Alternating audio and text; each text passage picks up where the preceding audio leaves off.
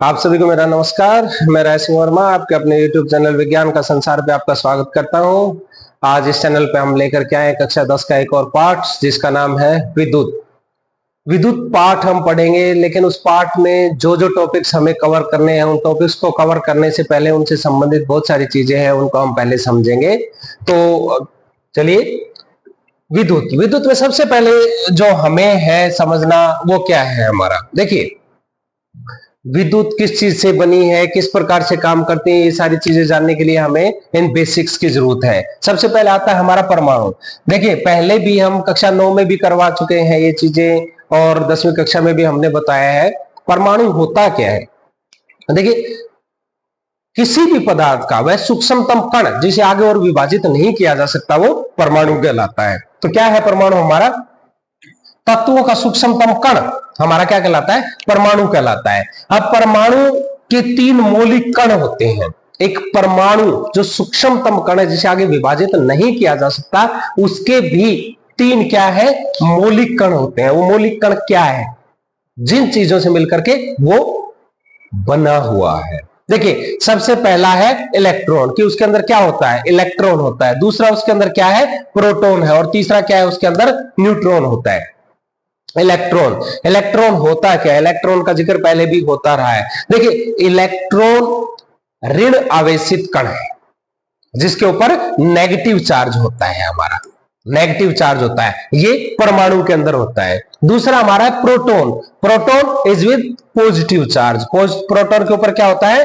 Positive charge होता है हमें, जिसे हम धन आवेशित कण कहते हैं। तो प्रोटॉन हमारा धन आवेशित कण है, इलेक्ट्रॉन हमारा ऋण आवेशित कण। और बच गया तीसरा है हमारा न्यूट्रॉन। न्यूट्रॉन उदासीन होता है, न्यूट्रॉन के ऊपर कोई भी चार्ज नहीं होता है। तो ये 3 बेसिक क्या है? ये परमाणु के 3 मूल मौलिक कण है।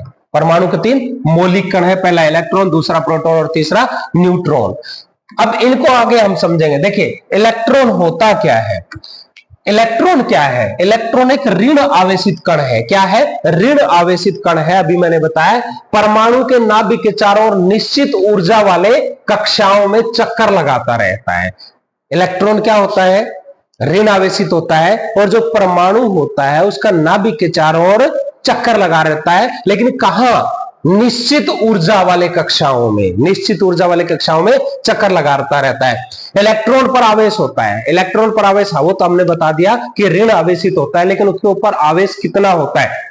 देखिए, 1.6 इंटू 10⁻⁻19, ये इसके ऊपर क्या है? आवेश है। इतना चार्ज -19। आगे ये जो सी दिया हुआ है, ये सी क्या है? ये इसकी एसआई मात्रक इकाई। एसआई मात्रक का ये क्या है? कूलम। क्या होता है? ये कूलम्ब होता है। कूलम्ब क्या है? चार्ज की इकाई है। किसकी? चार्ज की। कौन सा चार्ज है इसके ऊपर?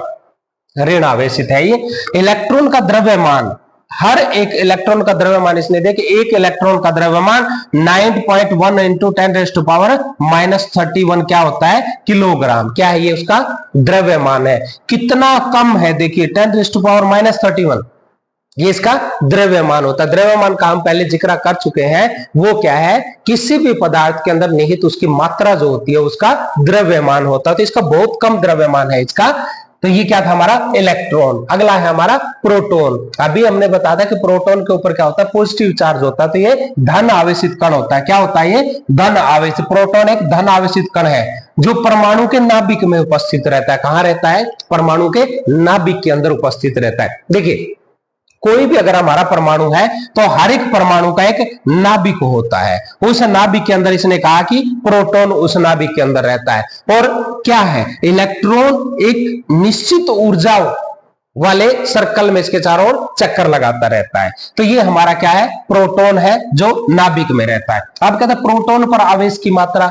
इलेक्ट्रॉन का आवेश हमने देखा था कितना था? 1.6 इंटू 10⁻⁻19, और इसके ऊपर भी उतने ही कूलम चार्ज है। कूलम वही सी यूनिट है इसकी, तो इसके ऊपर भी उतना ही चार्ज है। प्रोटॉन का द्रव्यमान हमारा कितना है? उसका द्रव्यमान कितना था और इसका द्रव्यमान, दोनों का द्रव्यमान में डिफरेंस है, लेकिन इनका जो चार्ज है वो बराबर है, इतने किलोग्राम है। 1.672 इंटू 10⁻⁻27 किलोग्राम। ये क्या होता है, इसका द्रव्यमान है, किसका, प्रोटॉन का। तो इलेक्ट्रॉन और प्रोटॉन दो हमने कर लिए। तीसरा हमारा क्या था, तीसरा हमारा न्यूट्रॉन है। न्यूट्रॉन के ऊपर कोई चार्ज नहीं होता, ये हमने पहले ही बता दिया। न्यूट्रॉन जो होता है वो उदासीन होता है।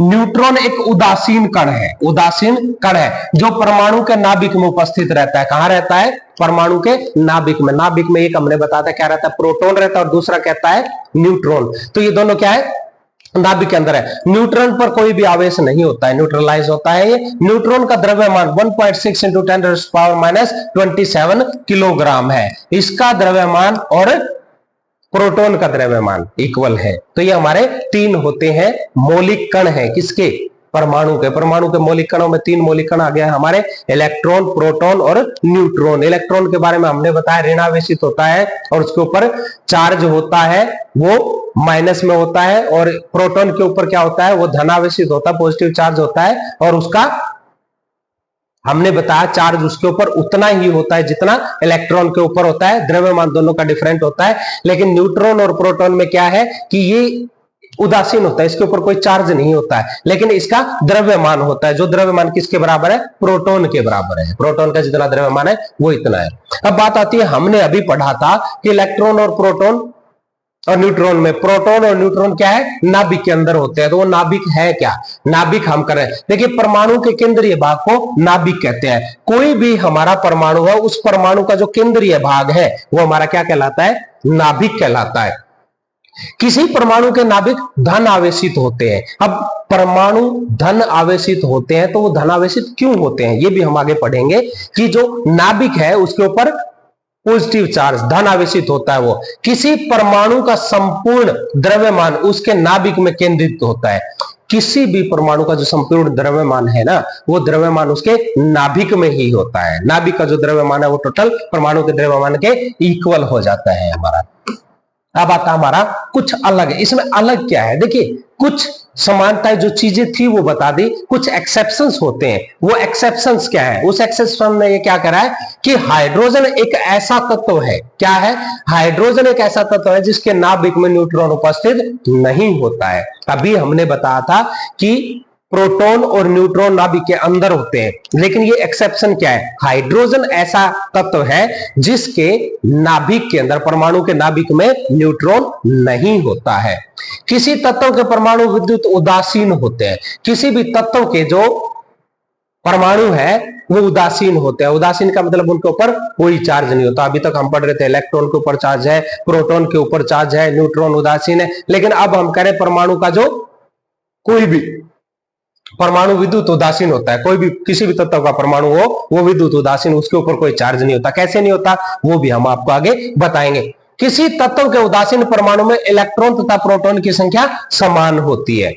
किसी भी तत्व का जो परमाणु हो तो उसके अंदर इलेक्ट्रॉन और प्रोटॉन की संख्या बराबर होती है। अब देखिए इस चीज को हम समझते हैं जो अभी हम बता रहे थे कि कोई भी जो परमाणु हम ले रहे हैं उस परमाणु का नाभिक होता है एक, और नाभिक के अंदर क्या होता है हमारा, प्रोटॉन और न्यूट्रॉन होते हैं। ठीक है, प्रोटॉन और न्यूट्रॉन इसके अंदर है हमारे।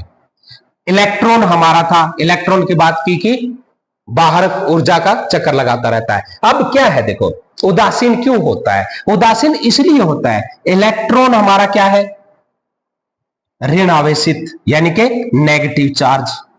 ठीक है, और प्रोटॉन हमारा क्या है, प्रोटॉन हमारा क्या होता है, पॉजिटिव चार्ज।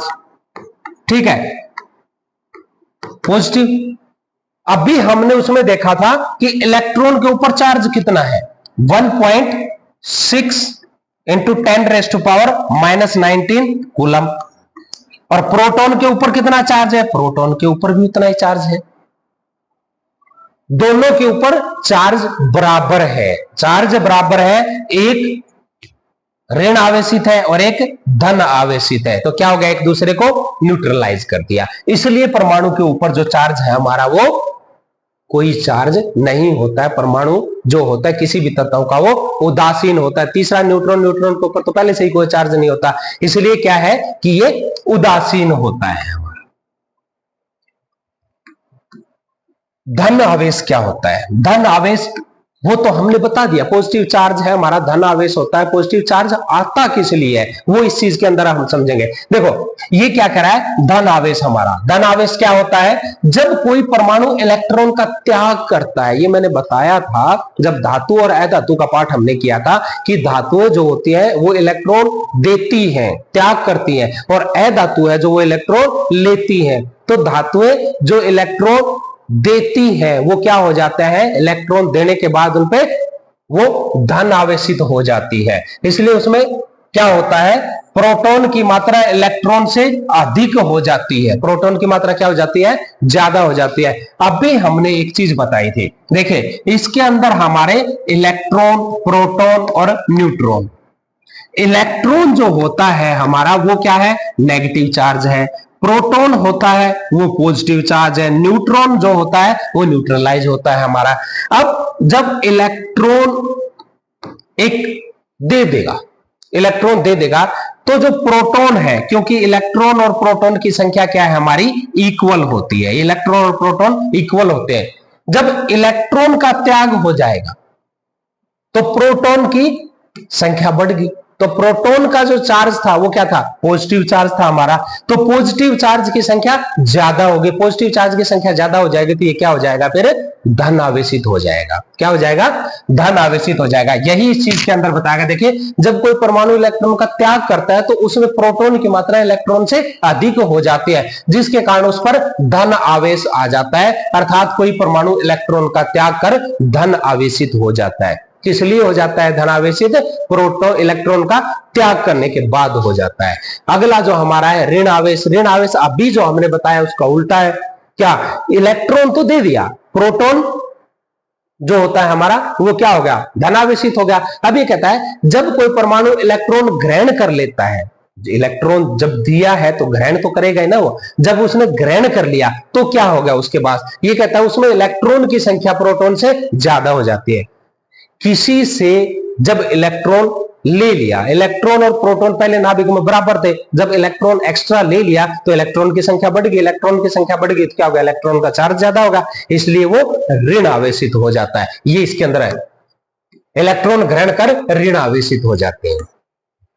ऋण आवेशित परमाणु इलेक्ट्रॉन के अधिकता को प्रदर्शित करता है। ऋण आवेशित जो है परमाणु है हमारा, जब देखो किसी भी परमाणु पे जब ऋण आवेश आ जाता है, अभी हमने बताया था ऋण आवेशित परमाणु, उसके ऊपर इलेक्ट्रॉन्स की संख्या ज्यादा होगी इसलिए वो ऋण आवेशित हो गया। तो ऋण आवेशित परमाणु इलेक्ट्रॉन की अधिकता को प्रदर्शित करता है कि इसके अंदर इलेक्ट्रॉन की संख्या ज्यादा है। धन आवेशित परमाणु अभी बताया था कि इलेक्ट्रॉन का त्याग करने के बाद प्रोटॉन की संख्या बढ़ जाती है इसलिए वो धन आवेशित हो जाता है, तो इलेक्ट्रॉन की कमी को प्रदर्शित करता है। कांच की छड़ को रेशम से जब हम रगड़ते हैं तो वो धन आवेशित हो जाती है। धन आवेशित होने का मतलब क्या होता है, इलेक्ट्रॉन का त्याग हो जाता है तो धन आवेश की संख्या ज्यादा हो जाती है, इसलिए वो धन आवेशित हो जाता है। एबोनाइट की छड़ को ऊन से रगड़ने पर क्या होता है, छड़ जो है वो धन आवेशित हो जाती है, क्योंकि इलेक्ट्रॉन वहां से चला जाता है और प्रोटॉन की संख्या बढ़ जाती है, इसलिए वो क्या हो जाता है, धन आवेशित हो जाती है। ये इसके कारण दिए गए।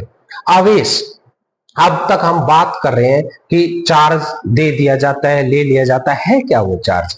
देखिए आवेश परमाणु का एक मूल कण होता है। क्या होता है, चार्ज जो है वो किसी भी परमाणु का एक मूल कण है। अब उसमें क्या है, यह धनात्मक भी हो सकता है और ऋणात्मक भी हो सकता है। क्या होता है, धनात्मक या फिर ऋणात्मक हो सकता है।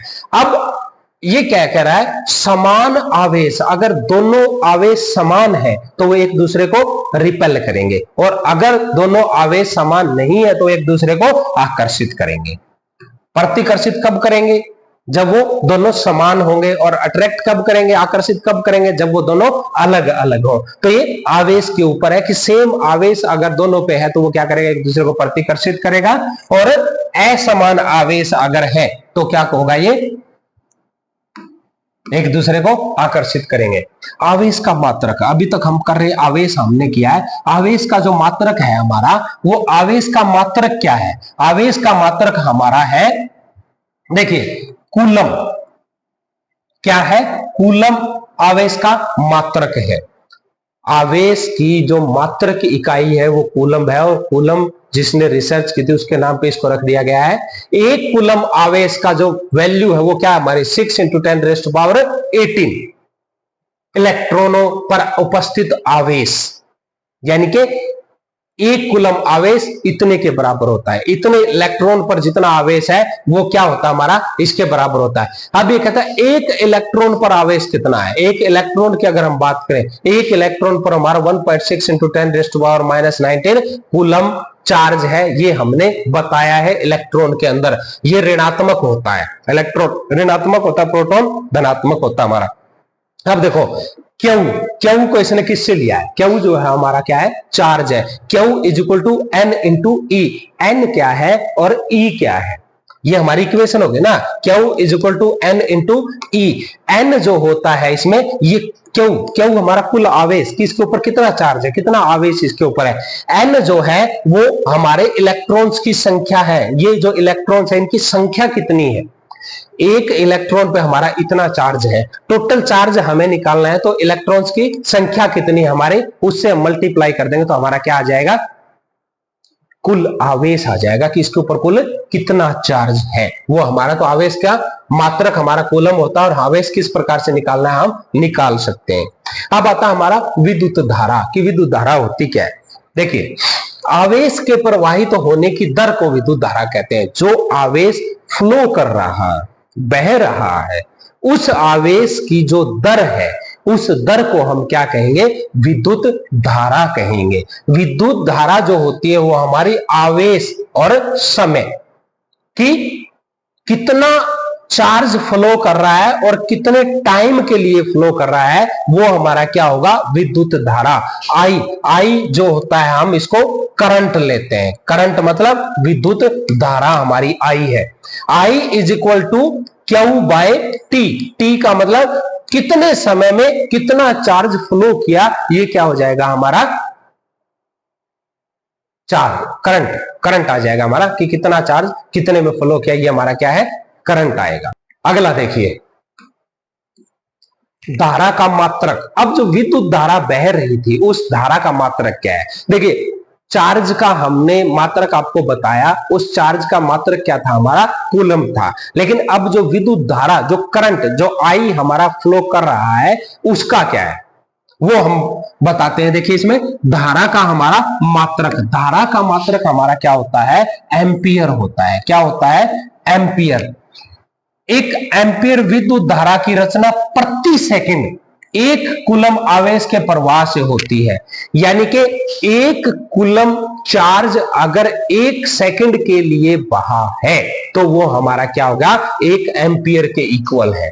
यानी कि 1 ampere = 1 coulomb charge 1 second. If 1 coulomb charge flow for 1 second, then it is called 1 ampere. यानी कि 1 एम्पियर हम तब कहेंगे जब 1 कूलम चार्ज 1 सेकंड के लिए फ्लो करता है। कितना चार्ज फ्लो कर रहा है, कितने सेकंड के लिए फ्लो कर रहा है, उनके रेशियो से हमारा आई की वैल्यू आ जाएगी कि कितने एम्पियर वो है हमारा। अब इसकी छोटी यूनिट्स इसने दी है कि एम्पियर की छोटी यूनिट क्या हमारी, माइक्रो एम्पियर, मिली एम्पियर है। मिली एम्पियर 10⁻³ हो जाता है, 1/1000 आ जाएगा इसका। और उससे भी छोटी अगर हम कहें तो माइक्रो एम्पियर है, यानी कि 1 मिली एम्पियर का 1/1000 यानी कि 10⁻⁻6 हो जाएगा। तो ये हमारी स्मॉल यूनिट्स आ गई इसके हमारे। ये देखो 1 मिली एम्पियर 10⁻³ एम्पियर होगा, और 1 माइक्रो एम्पियर 10⁻6 एम्पियर के इक्वल हो जाएगा हमारा। तो ये इसकी है हमारे यूनिट्स। विद्युत धारा का मापन, विद्युत धारा का मापन हम करेंगे। देखिए, विद्युत धारा जो हमने बात की है अभी, विद्युत धारा हमारा है क्या। देखो, ये हम ले लेते हैं इसके अंदर, ये कोई भी चीज पदार्थ है, इसके अंदर हमारे positive negative, positive negative, positive negative, ये क्या है पॉजिटिव नेगेटिव, बता सकते हो। देखिए, नेगेटिव हमारे क्या है, इलेक्ट्रॉन है। क्या है, इलेक्ट्रॉन। और पॉजिटिव हमारे क्या हो जाते हैं, प्रोटॉन्स हो जाते हैं।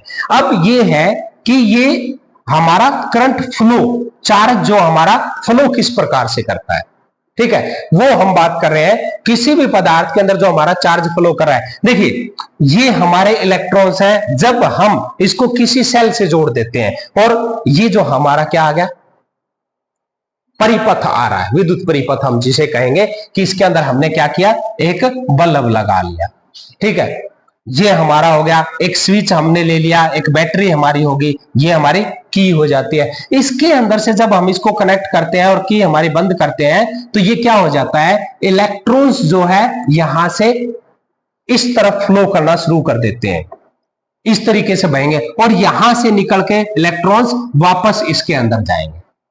ये क्या है, हमारा इलेक्ट्रॉन्स जो है वो फ्लो करेंगे, और इलेक्ट्रॉन्स फ्लो करने का मतलब है चार्ज फ्लो कर रहा है इस चीज के अंदर। अब देखिए इलेक्ट्रॉन्स जो हमारे फ्लो करते हैं, जो करंट की हम बात कर रहे हैं, आई जो हमारा करंट फ्लो कर रहा है वो क्या है, वो आई जो हमारा है वो इलेक्ट्रॉन्स की जो डायरेक्शन है उसके अपोजिट माना जाता है। देखिए इलेक्ट्रॉन्स अगर इस डायरेक्शन में बह रहे हैं तो करंट हमारा इस डायरेक्शन में चलेगा, इलेक्ट्रॉन्स की डायरेक्शन के अपोजिट हमारा करंट की डायरेक्शन हम मानते हैं। तो इस प्रकार से जब हम ये सर्किट हमारा कंप्लीट होता है तो इलेक्ट्रॉन्स इस डायरेक्शन में इसमें फ्लो करते हैं और करंट हमारा इसके अपोजिट डायरेक्शन में फ्लो करता है। इलेक्ट्रॉन्स हमारे जो होते हैं वो चार्ज कैरियर्स होते हैं, जो चार्ज लेकर के चलते हैं या जिनमें चार्ज फ्लो होता है, इलेक्ट्रॉन्स की वजह से हमारा चार्ज फ्लो होता है। तो इलेक्ट्रॉन्स की जो डायरेक्शन है और जो करंट की डायरेक्शन है वो उसके अपोजिट हो जाती है। इलेक्ट्रॉन्स जो हमारे इसमें बह रहे हैं, इसकी जो हमने बताया था अभी, हमारा क्या होता है, ये कितना चार्ज और कितने समय के लिए बह रहा है वो हमारा क्या हो जाता है, यानी कि 1 एम्पियर इज इक्वल टू हमने लिया था 1 कूलम बाय 1 सेकेंड। ये मात्रा इनका रेशियो हमारी इस मात्रा को डिपेंड करेगा कि कितना करंट सर्किट के अंदर फ्लो कर रहा है। तो ये था हमारा। अब आता है विद्युत धारा का मापन, की विद्युत धारा को हम मापेंगे कैसे, विद्युत धारा को कैसे मापे। देखो विद्युत धारा के लिए कहते हैं विद्युत धारा को एमीटर द्वारा मापा जाता है। किस द्वारा मापा जाएगा, एमीटर द्वारा। जो आई हमारा होता है इसको हम किससे मापते हैं, एमीटर से मापते हैं, ठीक है, आई की वैल्यू एमीटर से मापेंगे। अब ये क्या कह रहा है, एमीटर का प्रतिरोध कम होता है। अब ये प्रतिरोध क्या होता है इस चीज को भी आगे हम समझेंगे। एमीटर का प्रतिरोध कम होता है तथा हमेशा श्रेणी क्रम में जुड़ा रहता है। श्रेणी क्रम का मतलब होता है सीरीज में। सीरीज क्या है, देखिए एक चीज यहां जब कोई चीज जुड़ी हुई है और इसके आगे मान लो कोई चीज जुड़ी हुई है हमारी, और इसके बाद अगर हम उसको जोड़ते हैं तो ये हमारा क्या है, श्रेणी क्रम कहलाता है, एक के बाद दूसरा। यानी कि जो चार्ज इसमें फ्लो कर रहा है, यहां से जो चीज जा रहा है इनसे होकर के गुजरे, वो हमारा श्रेणी क्रम हो जाता है। तो इसमें हमारा ये कह रहा है कि एमीटर जो हमारा श्रेणी क्रम में जुड़ा होता है, एमीटर का प्रतिरोध कम होता है। प्रतिरोध क्या होता है, प्रतिरोध होता है कि उसके अंदर जो चार्ज फ्लो कर रहा है उसको विरोध। अब ये कहते हैं विद्युत धारा की दिशा इलेक्ट्रॉन के प्रवाहित होने की दिशा के विपरीत मानी जाती है। जैसा मैंने अभी बताया कि विद्युत धारा की जो दिशा है वो हमारी इलेक्ट्रॉन जो उसके अंदर बह रहे हैं उनके अपोजिट होती है। तो विद्युत धारा की दिशा इलेक्ट्रॉन के अपोजिट की डायरेक्शन होती है। विद्युत विभव, अब तक हम बात कर रहे थे चार्ज की, अब बात आ रहा है कि हमारा विद्युत विभव क्या होता है। विद्युत विभव क्या है हमारा, देखिए ये क्या कह रहा है, एकांक आवेश को अनंत बिंदु से किसी बिंदु तक लाने में किया गया कार्य। आवेश, चार्ज, किसी चार्ज को एक पॉइंट तक लाने के लिए जितना कार्य किया गया है वो हमारा क्या कहलाता है, विभव, विद्युत विभव कहलाता है। यानी कि इसे V से सूचित किया जाता है, ये हमारा V है। अब ये कह रहा है विद्युत विभव जो होता है कितना काम किया गया है उस चार्ज को उस पॉइंट तक लाने के लिए। पर्टिकुलर पॉइंट तक जब हम चार्ज को लेके आते हैं तो जितना काम हमें उस चार्ज को वहां तक लाने में करना पड़ता है वो हमारा विद्युत विभव है। और वो रेशियो है किसका, उस चार्ज का, कितना चार्ज हम लेके आए और कितना काम हमने किया है वो हमारा ये आ जाता है हमारा V equal to W by Q। Work, W work आ गया और चार्ज हमारा Q होता है और V हमारा विद्युत विभव, वोल्टेज जिसे हम कह रहे हैं, ये आ गया ना हमारा। अब इस चीज को हमने विद्युत विभव को समझा कि किसी एक पॉइंट तक किसी पर्टिकुलर चार्ज को लाने के लिए जितना काम वर्क डन जितना रहेगा उसका रेशो विद द चार्ज क्या रहेगा हमारा, विद्युत विभव कहलाता है।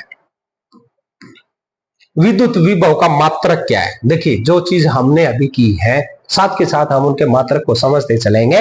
विद्युत विभव का एसआई मात्रक जो है वो वोल्ट है। वोल्ट हम नापते हैं जो विभवांतर है, जो विभव है हमारा, वो विभव हमारा वोल्ट से हम नापेंगे, उसकी वोल्ट में गणना की जाएगी, या joule per coulomb. Joule per coulomb क्यों आया, देखिए जूल पर कूलम आने का मतलब क्या है, ये था हमारा वर्क डन जो हमारा है, वर्क डन को हम किस में नापते हैं, वर्क डन को हम नापते हैं हमारा जूल में, ठीक है, वर्क डन को जूल में नापते हैं। और दूसरा जो हमारा चार्ज है, चार्ज यानी कि क्यू, क्यू को इसमें हम किस में नापते हैं, कूलम में नापते हैं। तो V हमारा क्या हो जाएगा, V हो जाएगा हमारा जूल पर कूलम, जिसको हम क्या कहेंगे, वोल्ट कहेंगे, ठीक है। तो ये हमारा हो जाएगा जूल पर कूलम, ये आ गया हमारा। अब ये कहता है विद्युत विभव का मात्रक जूल इटली के महान वैज्ञानिक अलेसांद्रो वोल्टा के सम्मान में रखा गया है। इटली का एक महान वैज्ञानिक था जिसके नाम पर इसका वोल्टा, उसके नाम पे इसका वोल्ट रख दिया गया है क्या ये, जूल पर कूलम, क्योंकि work done with the respect to charge. तो ये हमारा हो जाएगा विद्युत विभव का, ये क्या था, मात्रक है हमारा। विद्युत स्थितिज ऊर्जा। अब ये स्थितिज ऊर्जा क्या है, ऊर्जा के बारे में आपने पढ़ा होगा, गतिज ऊर्जा, स्थितिज ऊर्जा, अलग अलग प्रकार की ऊर्जा जो हमारी थी। अब इसमें ये क्या करे, विद्युत स्थितिज ऊर्जा। विद्युत स्थितिज ऊर्जा क्या है, किसी चालक तार में यह ऊर्जा स्थितिज ऊर्जा के रूप में संचित रहती है। जो भी तार होता है उसके अंदर जो ऊर्जा संचित है वो हमारे स्थितिज ऊर्जा के रूप में होती है। अब ये कहता है विद्युत स्थितिज ऊर्जा U द्वारा सूचित किया जाता है। क्या आ गया इसको, U द्वारा। U is equal to V into q, यानी कि U जो हमारा होता है वोल्टेज इंटू क्यू चार्ज। ये क्या है हमारा, विद्युत स्थितिज ऊर्जा। विद्युत स्थितिज ऊर्जा ये कहता है किसी तार के अंदर जो हमारी संचित ऊर्जा है वो विद्युत स्थितिज ऊर्जा के नाम से जानी जाती है। 1 जूल पर कूलम क्या है, 1 जूल पर कूलम, या फिर 1 वोल्ट, जो मैंने अभी आपको बताया था। ये क्या है, किसी एकांक आवेश को अनंत बिंदु से एक बिंदु तक लाने में किया गया कार्य 1 जूल होता है। अभी मैंने बताया था कि अगर उसको वहां से लाने में हमें 1 जूल का कार्य करना पड़ा और वो कार्य 1 कूलम चार्ज में, 1 कूलम चार्ज के लिए किया गया, तो ये क्या कहता है, एकांक आवेश को अनंत बिंदु से उस बिंदु तक लाने में किया गया कार्य 1 जूल हो तो उस बिंदु का विद्युत विभव है 1 वोल्ट या फिर 1 जूल पर कूलम कहलाएगा, जो मैंने पिछली स्लाइड में आपको बता दिया था। अब आता है विभवांतर। विभव तो हमने कर लिया कि विद्युत विभव क्या है, इसके बाद आता है विद्युत विभवांतर क्या है। विभवांतर, विभवांतर यानी कि विभव का अंतर। विभव हमने समझा है, तो विभवांतर क्या है, इलेक्ट्रिक पोटेंशियल क्या है, दो बिंदुओं के बीच विभव के अंतर को विभवांतर कहते हैं। ये तो शब्द खुद अपने आप में बता रहे हैं, विभव का अंतर, लेकिन किसके बीच में, 2 बिंदुओं के बीच में। 2 बिंदुओं के बीच में जो विभव का अंतर है, जो पोटेंशियल डिफरेंस है हमारा, वो क्या आएगा, वो विभवांतर कहलाएगा। अब विभव क्या था, किसी पर्टिकुलर चार्ज को एक निश्चित पॉइंट तक लाने के लिए किया गया कार्य, वो क्या था हमारा, विभव था। और ये क्या है, विभवांतर। 2 बिंदुओं के बीच जो विभव का अंतर होता है वो हमारा विद्युत विभवांतर कहलाता है। 2 बिंदु ए तथा बीच के बीच जो विभवांतर है ए पॉइंट पे उसका विभवांतर VA है और B पॉइंट के उसका विभवांतर क्या है, VB है। तो VA माइनस VB यानी कि A पॉइंट के ऊपर जितना चार्ज था और B पॉइंट के ऊपर जितना चार्ज था, उनका जो अंतर रहेगा, विभव का अंतर, वो हमारा क्या कहलाएगा, डिफरेंस, यानी कि विभवांतर कहलाएगा। देखिए इसको हम समझते हैं वोल्ट मीटर। वैसा विद्युतीय शक्ति वोल्ट मीटर होता क्या, जिसमें आपने अभी बताया कि वोल्ट जो हम नापेंगे वो वोल्ट मीटर है क्या, वोल्टेज जिससे वोल्ट अभी हमारा उसकी इकाई जो हमने ली थी वोल्ट या फिर जूल पर कूलम, किस प्रकार से ये वोल्ट मीटर है हमारा, ये क्या कहता है, वैसा विद्युतीय युक्ति जो परिपथ में दो बिंदुओं के बीच के विभवांतर को मापता है, वोल्ट मीटर कहलाता है। क्या कहलाता है? Volt meter. वोल्टेज नापने के लिए जिस यंत्र का प्रयोग किया जाता है वो वोल्ट मीटर कहलाता है। यानी कि दो सिरों के बीच के विभवांतर को नापने के लिए हम जिस यंत्र का प्रयोग करें वो हमारा क्या है? वोल्ट मीटर है। तो वोल्ट मीटर के बारे में इसमें अब आता है सेल क्या होता है। सेल क्या है? देखिए, सेल आपने सुना है, आपने देखे हैं, लेकिन है क्या वो सेल? सेल वैसी युक्ति है जो रासायनिक अभिक्रिया के फलस्वरूप रासायनिक ऊर्जा को विद्युत ऊर्जा में बदलता है। किसको बदलता है? रासायनिक ऊर्जा। देखिए, हमारे सेल होते हैं, आपने बैटरीज देखी होगी, सेल आपने घर में जो सेल देखे हैं, रेडियो वगैरह के सेल है, बैटरी के सेल है, उस सेल के अंदर क्या क्या मटेरियल डला हुआ है आपने कभी नहीं नोट किया होगा। उस सेल के अंदर रासायनिक अभिक्रिया होती है, उसके अंदर जो वोल्टेज, जो ऊर्जा संचित है, रासायनिक ऊर्जा, उस रासायनिक ऊर्जा को ये सेल क्या करता है? विद्युत ऊर्जा में बदलता है। क्योंकि हमें पता है हमारे जो इंस्ट्रूमेंट चल रहे हो तो विद्युत ऊर्जा से चल रहे हैं, तो उस सेल के अंदर जो रासायनिक ऊर्जा थी उसको विद्युत ऊर्जा में बदला गया है। किसने बदला? सेल ने बदला। अब ये सेल दो प्रकार के होते हैं, एक तो प्राथमिक सेल और एक द्वितीयक सेल। प्राथमिक सेल क्या है? द्वितीयक सेल क्या है? देखिए, आपने घरों में सेल देखे होंगे, कुछ सेल ऐसे होते हैं जो यूज एंड थ्रो होते हैं, आपने जितना टाइम तक उसका प्रयोग किया उसके बाद उसको अगर उसकी पावर खत्म होगी तो फेंकना पड़ता है। लेकिन बहुत से सेल ऐसे भी है जो आपकी बैटरी या घर पे आपकी ऐसी होंगी जिनको आप चार्ज करते हैं। चार्ज करने वाले क्या है?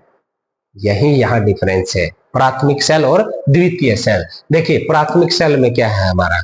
प्राथमिक सेल में आप देखिए, वैसा सेल जो एक बार उपयोग हो जाने के बाद उसे पुनः आवेशित नहीं किया जा सकता, उस पर दोबारा से चार्ज नहीं होता तो वो क्या है? हमारा प्राथमिक सेल होता है और वो बाद में अनुपयोगी हो जाता है। ठीक है। और दूसरा जो हमारा है वो क्या है? द्वितीयक सेल। द्वितीयक सेल वैसा सेल जिसे उपयोग क्या कर सकते हैं हम? बार बार चार्ज करने के बाद बार बार उपयोग में लाया जा सके, उसको हम क्या कहते हैं? हमारा द्वितीयक सेल कहलाता है। क्या कहलाता है वो? द्वितीयक सेल कहलाता है। उसे पुनः उपयोग कर आवेशित करके हम उसका प्रयोग कर सकते हैं, तो ये हमारा क्या होता है? द्वितीयक सेल होता है।